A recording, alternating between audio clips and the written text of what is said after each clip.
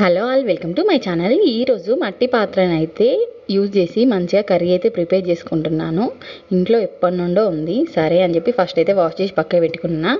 సోరకాయ కర్రీ అండి. సోరకాయను ఎన్ని రకాలుగానైనా వండొచ్చు, ఒక్కొక్కరు ఒక్కొక్కలాగా కాకుండా కూడా ఈసారి ఏంటంటే చాలా బాగుంటుంది. పుల్ల పుల్లగా డిఫరెంట్ టేస్ట్గా. ఎవరైనా ఫస్ట్ టైం నా ఛానల్ని చూస్తే ఫస్ట్ అయితే ఛానల్ని సబ్స్క్రైబ్ చేసుకోండి, అలాగే వీడియోని లైక్ చేయండి ప్లీజ్.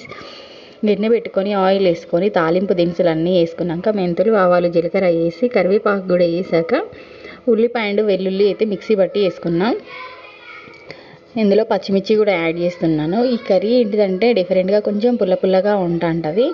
మామూలుగా ఈ రెసిపీ ఏంటంటే సాంబార్ లాగా కూడా చేసుకోవచ్చు, కానీ ఇందులో ఎలాంటి పప్పులు అయితే యూజ్ చేస్తలేను. తింటుంటే కూడా మంచిగా పుల్లగా సూపర్గా ఉంటుంది టేస్ట్, కొంచెం డిఫరెంట్గా. సోరకాయలో చాలా రకాలుగా పాలు పోసి ఒక్కొక్కరు ఒక్కొక్కలాగా చేస్తూ ఉంటారు. ఆ రెసిపీస్ కూడా నేను మీతో షేర్ చేసుకుంటాను, కానీ టేస్ట్ కొంచెం మంచిగా ఉంటుందని చెప్పి అయితే మట్టి పాత్ర తీసుకొని చేసినా కదా. అందులో కుండలో వండితే టేస్ట్ ఎంత బాగుంటుంది మీరే చెప్పండి అసలు. ఫస్ట్ అయితే ఆయిల్లో ఇవన్నీ వేగాక ఈ సోరకాయ ముక్కలు, టమాటో అండ్ కొత్తిమీర అయితే వేసి మంచిగా అల్లం వెల్లుల్లి పేస్ట్ అండ్ పసుపు, ఉప్పు అయితే వేసి కలిపి పెట్టుకున్న ఒక 5 మినిట్స్ తర్వాత చూడండి కొంచెం అయ్యాక కారం అండ్ ఇందులో లైట్గా నేను సాంబార్ పౌడర్ యాడ్ చేస్తున్నాను, లైట్గానే వేసుకుంటున్నాను.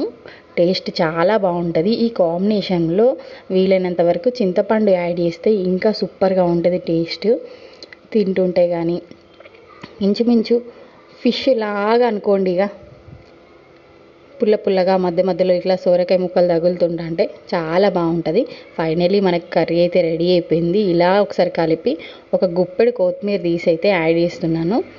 కొత్తిమీర యాడ్ చేసుకుంటే మంచి టేస్ట్ వస్తుంది కదా చివర్లో అసలు.